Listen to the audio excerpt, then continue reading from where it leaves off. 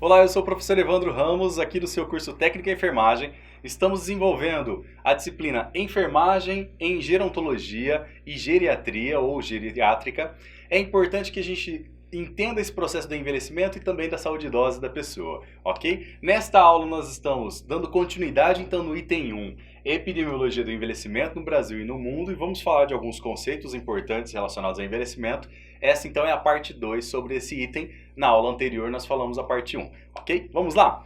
Bem, você compreendeu então que o objetivo maior da nossa atuação como profissionais e também das políticas públicas de saúde para a saúde idosa, para a pessoa idosa, nesse processo de envelhecimento, é justamente buscar a boa qualidade de vida no processo de envelhecer, ok? Nesse âmbito também vários outros aspectos vão estar relacionados nessa prática, tanto dos profissionais quanto também das políticas, ok? Essa possibilidade, então, literalmente, ela aumenta na medida em que a sociedade, ela considera, literalmente, o contexto familiar e social para esse processo de envelhecimento. Se não houver a integração, literalmente, do contexto familiar, das famílias e também das questões sociais nesse processo de envelhecimento, com certeza o processo de envelhecimento ele não vai ser tão bem visualizado tanto pela pessoa quanto pela sociedade de maneira geral. Então, quando há essa integração, a qualidade de vida, sim, ela consegue ser alcançada nessa fase da vida do envelhecer, ok? Bem, então é importante, portanto, que parte das dificuldades das pessoas idosas, literalmente, elas estão mais relacionadas a uma cultura da pessoa ou da sociedade. Tá claro? Então, o deixar ou até mesmo as questões de dependência estão às vezes ligadas literalmente para uma cultura. Literalmente, por conta dessas questões, é que a pessoa às vezes começa a desenvolver algum tipo de dependência ou não. E quando a gente entende que na prática o envelhecimento ele pode se desenvolver e ele se desenvolve de maneira natural, é claro que aí a cultura ela tem que ser visualizada de uma maneira diferente também e para alcançar literalmente a qualidade de vida no envelhecer. As doenças crônicas, elas constituem também um papel primordial no desenvolvimento, literalmente, de incapacidades da pessoa idosa, tá? E, obviamente, estudos demonstram que a dependência para o desempenho de suas atividades diárias, no contexto diário, ele aumenta em torno de 5% quando a pessoa atinge a faixa etária em torno de 60 anos. Mas quando passa de 90 anos, aumenta para 50% de dependência. Então eu quero que você entenda que é bastante nível de dependência expressivo de uma segunda pessoa, terceira pessoa, para realizar suas atividades que são diárias, ok? Bom, conceituando a saúde, a Organização Mundial de Saúde, ela estabelece que saúde é o bem-estar completo, literalmente, ok? Relacionado aos fatores físico, psíquico e também social, tá claro? E não somente uma ausência de doenças. No aspecto amplo, então, saúde do idoso também vai estar relacionada a esse processo, ok? Porém, na fase literalmente após os 60 anos. A definição de envelhecimento, ela é literalmente muito complexa de se estabelecer. Por exemplo, relacionado às questões biológicas, é considerado como um processo que ocorre durante toda a vida. Por aspectos biológicos, literalmente pode acontecer o envelhecer a partir do nascimento. Ok? Então entenda que vai ter o crescimento e desenvolvimento, porém nesse crescimento e desenvolvimento tem processos de células, por exemplo, que estão morrendo. Nesse processo tem o processo de envelhecimento também. Existem vários conceitos então para o envelhecimento e dessa forma eles variam literalmente de acordo com a visão. Exemplo, a visão social de envelhecimento, uma visão econômica de envelhecimento e principalmente também com uma questão ligada à independência. Ok? E também a questão relacionada à qualidade de vida do idoso.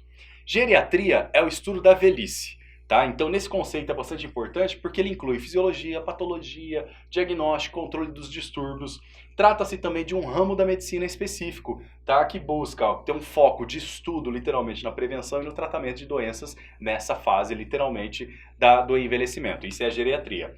A gerontologia, ela é o estudo do envelhecimento, um estudo científico desse processo de envelhecer. E é realizado também por uma equipe multidisciplinar, no sentido de ter vários tipos de profissionais que atuam preventivamente, que atuam também nesse estudo do envelhecer.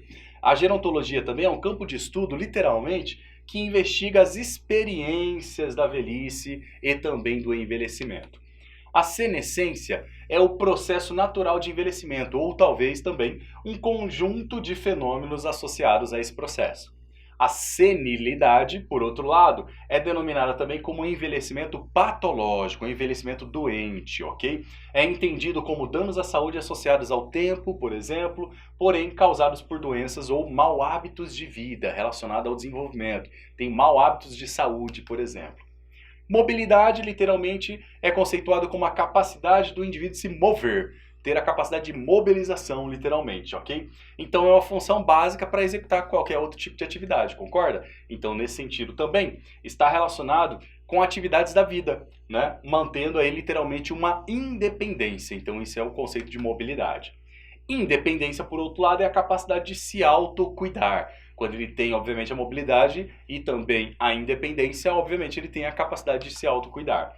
A dependência é a incapacidade de realizar uma ou mais atividades de vida diária sem nenhum auxílio, ok? Isso é a dependência. Quando ele deixa literalmente de fazer qualquer uma das atividades diárias e não precisa de auxílio, ele é independente. Quando ele precisa de auxílio pelo menos uma ou mais, isso é dependência, ele tem um grau de dependência, ok? A autonomia é a capacidade e direito também do indivíduo de poder eleger a si próprio, literalmente, as regras de conduta, o que está certo e o que está errado. Ele tem, então, literalmente, autonomia para decidir sobre aquilo que é aspecto da própria vida dele. É um conceito bastante amplo também e inclui o poder decisório, literalmente, de questões relacionadas à integridade cognitiva, de pensamento do indivíduo. Tá?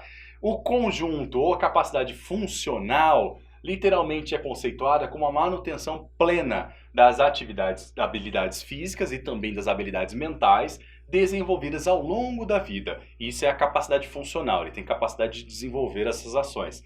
É um grau de preservação da capacidade também de realizar as atividades básicas no dia a dia, ok? Cuidados paliativos, segundo também a Organização Mundial de Saúde, consistem literalmente em uma abordagem que tem por objetivo a melhoria na qualidade de vida do paciente, seus familiares também, diante de uma situação de ameaça à vida. O cuidado paliativo ele não é só realizado para o paciente terminal, mas também para o paciente que está em processo de envelhecimento e está na fase final de vida também. Então, o cuidado paliativo são uma série de cuidados realizados para esse paciente que está numa fase final de vida, ok? Bem, vimos então nesta aula a parte 2 do item 1 relacionado à epidemiologia e desenvolvimento da saúde da população idosa no Brasil e no mundo. Espero que você tenha compreendido todos esses aspectos que são importantes a respeito da epidemiologia e também das definições que apresentamos aqui. Muito obrigado pela sua atenção e aguardo você na próxima aula.